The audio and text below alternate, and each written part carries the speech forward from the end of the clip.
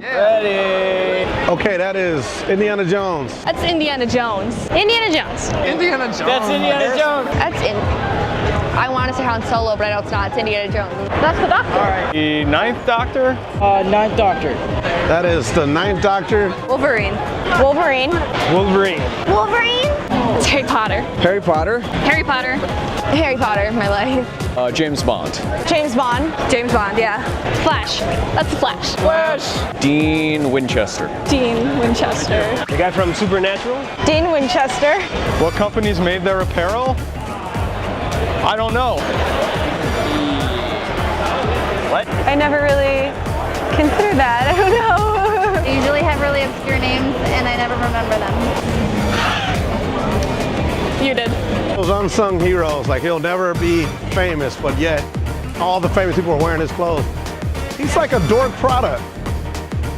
Instead of like the red carpet, he's like the dork carpet. We need to invert this somehow and get all these creators of all this stuff that we love, like the Star-Lord jacket. Who made that jacket?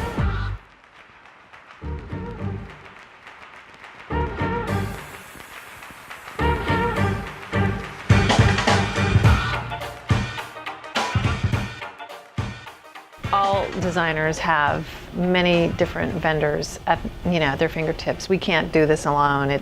I always say it takes a village.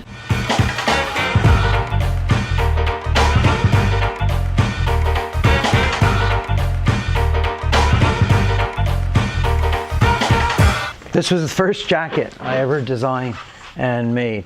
I've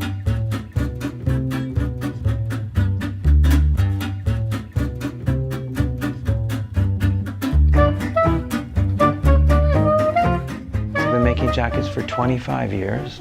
Got a little bit tired of working for other people, wanted to do something on my own, and preferably in the apparel side of the business.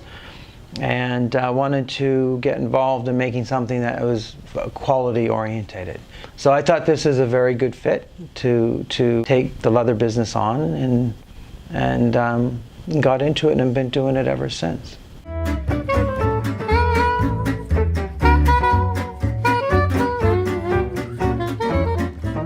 I actually went to college at Colf's Leather Sellers College, which was the Guild of Leather Sellers. In my early years, I was in the police force, was allocated to Chartwell and push Winston Churchill round when he was alive, which was a great thing in my life. Then I left the police force to go into the leather business. I wasn't a very good policeman. I wasn't. No. They actually did a report on me. They said this officer performs his duties entirely to his own satisfaction.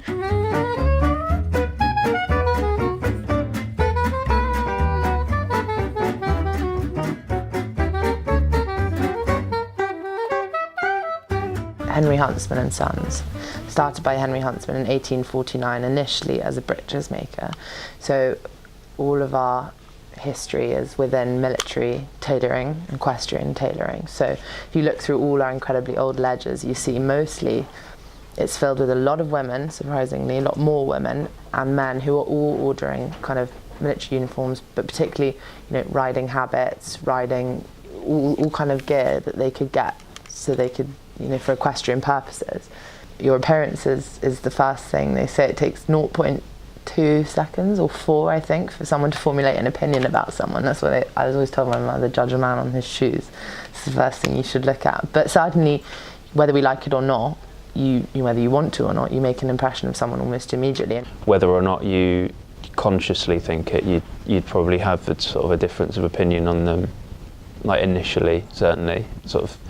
You only get one chance to make a first impression, and if people ask me, so what do you do? I always, after explaining what I do, I say, have you seen Kingsman? And almost everyone has said yes. Matthew Vaughn came in as an 18-year-old boy and kind of was so inspired by this place and by the suits that he promised that he'd always make a movie about it, always have this as the kind of HQ for a spy movie. I suppose it's that kind of uniformity in that they are a secret agent, secret being the operative part of the title, in that they can kind of blend in with a crowd of people, and sort of this kind of the James Bond sort of heartthrob womanizer, sort of the old sort of like women love a man in a suit. And from a distance I spotted him, and in his top hat and his tails, and I just thought, oh my goodness, he looks so dashing. I know I always wanted to dress like Wonder Woman. I just thought she was the coolest woman in the world, and I always dressed like her at every party kind of growing up. Catwoman as well.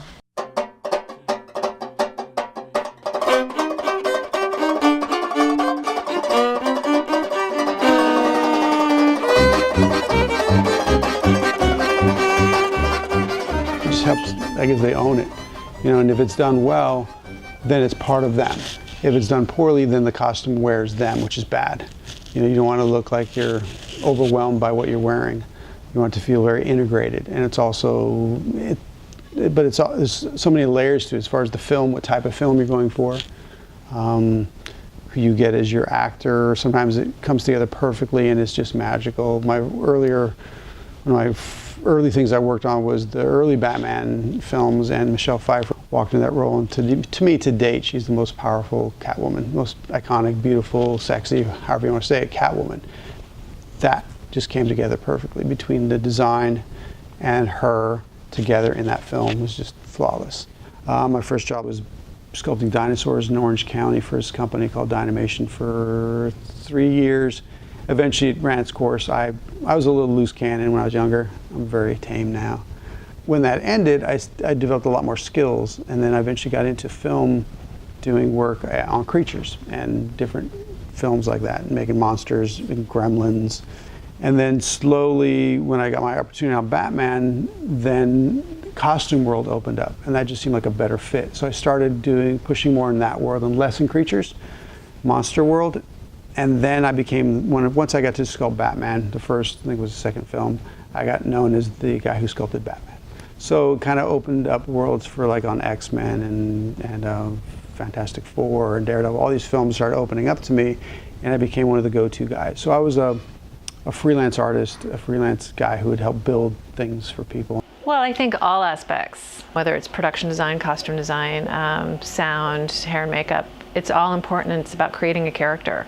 And we all work together as a team to collaborate and help, bring these stories and characters to life. When we get the script and we're looking at the story and each one of the characters and who these people are, we're telling their stories through their clothes.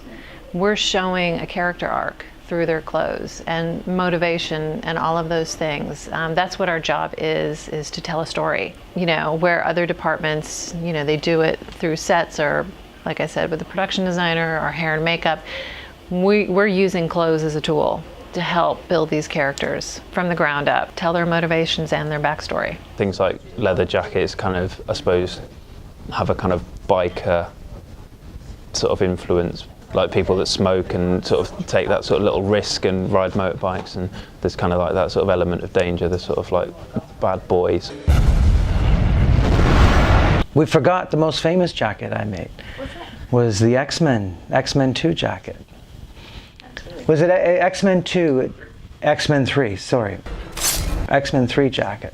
Well, I mean, they're all favorites, but I've done Arnold Schwarzenegger. I did a lot of stuff for Arnold in Sixth Day. I did a lot of stuff for him personally, him and his entourage. I did a lot of leathers for the 3,000 Miles of Graceland with Kevin Costner. Two of the most favorite women that I've done leather for was Jennifer Connelly. The Day the Earth Stood Still, we made that green jacket for her. Jessica Biel in Blade 3, I believe it was. We did all the leathers for her, and we made the cape jacket for Wesley Snipes in that movie. Jackets for various films, including obviously Indiana Jones. But the first one was Robert Mitchum, Wings of War. They needed a flying jacket for him, and he's a great big man, gorilla chest, gorilla arms, and they needed a flying jacket the next day, and we did it. And then they said, "What else can you do?" We went, "What do you want?" So they said, "Well, we're doing a Dudley Moore film called Santa Claus. We need the gnomes outfits." Yeah, we did that. Then they said, "Can you make water jackets?" We said, "What for?" So we're doing a film called Das Boot, German uniforms. Yeah, we can do that. Bosh. And they said, "Right, okay, anything leather, we can do." So then we did the first film with Harrison Ford, which is Hanover Street, where we made his jacket, which is how we came to be back on with Harrison Ford with Indiana Jones. And then we just rolled on from there with the Bond films, Star Wars, first lot of Star Wars, the second lot of Star Wars, Aliens 1, Aliens 2, Aliens 3.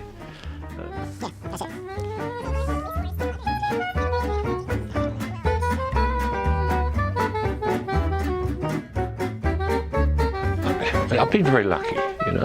I mean, when you know, we were doing the costumes, we're lucky to get on the Bond films, but we're very lucky with Harrison Ford and Indiana Jones. Indiana Jones has made me money, basically, and it was never, the concept was never, it was going to be a B film, and nobody ever thought it was going to be a big success.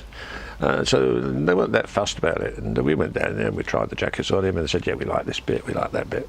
Well, go away, put it together, come back the next day with the mock-up. Yeah, that's okay, just alter this, alter that. Bang, away we go. And then, of course, you know, then it became a cult film, you know. Yeah.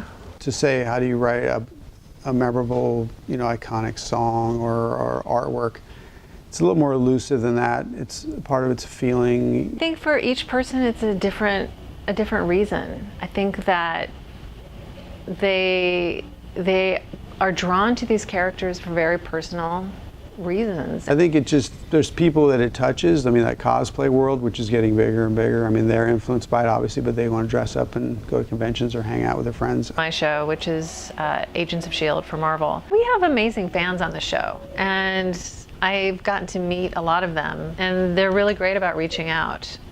And they tag me every time they cosplay one of the characters. They'll tag me on Instagram so I can see it. And I always say, even on Twitter, it's like, if you're going to dress up like somebody for Halloween or one of the cons, please, you know, make sure you send pictures because I want to see it. And so they're really good about doing that. How often do they reach out to me? Every day. And it's great. I love having an open dialogue with them. You get requests every day. You just see while we've been sitting here, there's 10 parcels gone out, there's 10 jackets, 10 costumes have gone out today. And of course we've got Elvises as well. So we've got about 20 Elvis impersonators that we make their costumes for. So somebody come in one day and said, you know, can you make an Elvis? You know, you make costumes, can you make me an Elvis costume? Well, yeah. Then he went and told somebody else.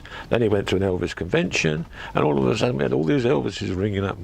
You know, I want one. And they're funny. And they come and try on. They get in front of the mirror. Yeah, we do it as a regular. Every week there's one or two. Yeah. I get a lot of phone calls about particular jackets, but the one that we did the most was the X-Men 3 jacket. No, I've never really had anybody saying misrepresentation or people trying to say that, you know, they were us or, no, I've never. Sure, not a ton of it, but you get it once in a while. It's one time I got a guy red-handed. It was awesome. I was actually working on a film in Vancouver, and some guy was brought up from LA, and he was chatting up some babe, some chick, and you know, I'm in the room working, and I hear him talking about all these things he's done, and I'm like, you know, fine, whatever, I'm just working. And then he said something about Planet of the Apes, and then I perked up because I was like, okay, I know Planet of the Apes. I worked on that. I'm thinking to myself, and he's talking about how he did the armor for it, and I'm like, thinking, oh, really? And she's like very impressed, you know, all this. And then finally, I let him go for a while. And then after a while, I go, that's very interesting. He's like, yeah. And I'm like, that's really interesting because I'm pretty sure I did the armor for Planet of the Apes. And he was like, and then he just backed up a few steps and he said, the armor for the horses. I'm like, oh yeah, I didn't do that armor. Like, who cares about that? Kingsman is something that quite a lot of you can see our sign is still up outside, and it really has traveled the world. That movie, we had a woman from South Korea come in a couple of months ago who one life ambition, she said, was to come in and be in the Kingsman fitting room where the movie was filmed, and she burst into tears when she walked in because she was just so happy. She couldn't believe that she'd made it in. And you know, people come in and have photos. Someone once asked me if they put their hand on the glass with the floor drop like it did in the movie. There were a couple of girls the other day who had printed out photos of characters from the cast and put them on a stick and are standing outside the shop with the faces over theirs. But you have to understand, to be in this business as long as I've been in this business, 25 years, you've had to love it. I love clothing. That's why I got into it, that's why I do it, and I still enjoy it, and there's not a day that goes by that I regret coming to work or wanting to come to work. For anyone who's aspiring to be a costume designer out there, just do it, have no fear. You know, it's great, a way to make a living for now, and it's fun, and it's a challenge, which I like. I like challenges, I like problem solving. And at some point, this may run its course and I'll do something else. I've been in this industry for at least 30 years, 10 of it on my own. I think your time spent on this planet, hopefully it's spent well. And so when I take on a project or do something, I hope I put as much as I possibly can at the moment in. I try not to phone things in or just do enough. I hate the word, that's good enough.